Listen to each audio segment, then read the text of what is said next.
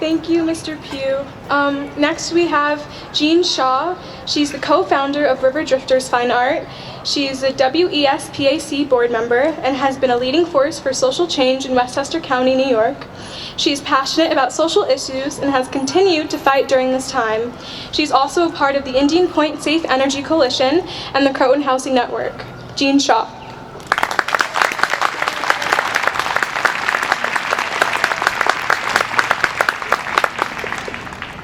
I won't take too long, but it looks like I have a lot to say, but it's just because it's very big. I'm not using a cell phone. However, happy Juneteenth. We do need to be happy about that. And it's our newest New York State and County holiday, recognized every year from now on. And that's really a great thing. That's something to celebrate. And while I'm at it, happy Pride Month, because if we're not allies in the right way, then we all fall down. So what I'm going to talk about is, how can Black Lives Matter in the racist matrix of white supremacy?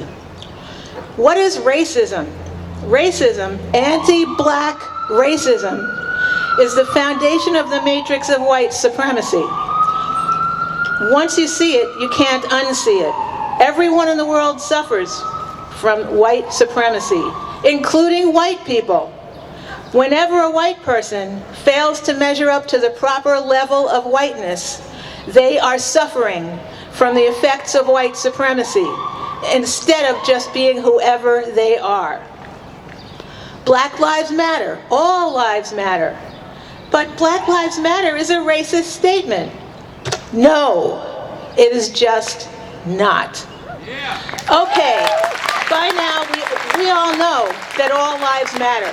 The problem is that Black lives have not mattered, ever.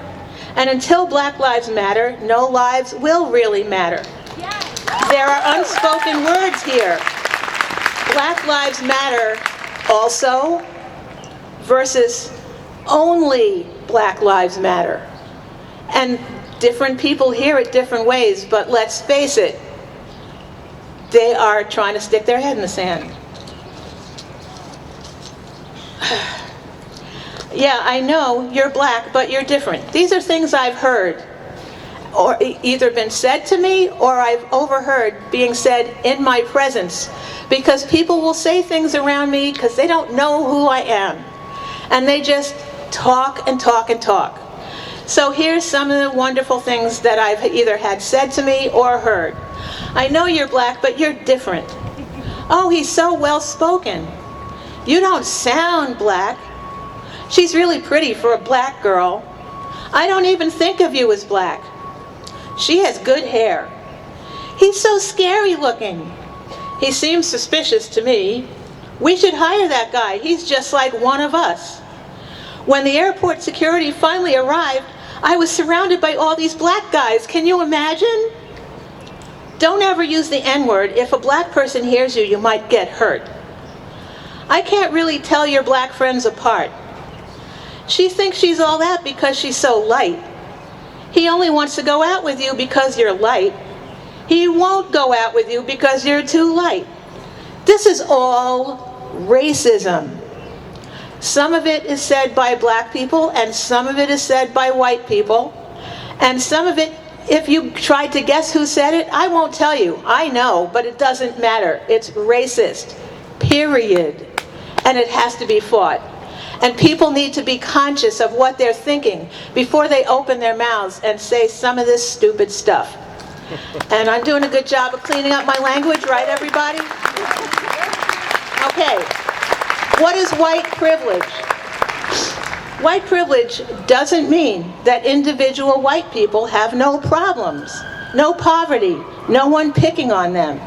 It means that they don't have the added impediment to advancement that is being non-white. I don't see color. I'm colorblind. I only judge people by the character, not their color, just like Dr. King dreamed. If you don't see color, then you don't see me. You don't see the reality of the world in which you live. No person of color, especially a black person, has the luxury of being colorblind. That is an important aspect of white privilege. A white person does not really have to see color. A white person can live their entire life without paying any attention at all to the existence of black people, unless they want to. And even then, nah. Black people have to know white people. Even a black person with no white friends or acquaintances must understand the white society in which they live in order to survive. Black people have to make allowances for the sensibilities of white people in order to navigate the larger white society, or the matrix. Anytime a white person has to figure out how to navigate the separate reality of black people, there is likely to be great discomfort and resentment. And if danger is perceived to be a factor, it may even be characterized as domestic terrorism because it's so scary for that white person to navigate while feeling so threatened. Of course, black people have had to navigate and survive over 400 years of real domestic terrorism due to the violence, cruelty, and stress of slavery, Jim Crow, massacres, segregation, mass incarceration, and hyper-policing, and all the extra degradation ongoing over all these years, which is still an ongoing source of grief and pain to the black community. None of this would be the case if black lives actually mattered. Thank you. Happy Juneteenth and happy Pride Month.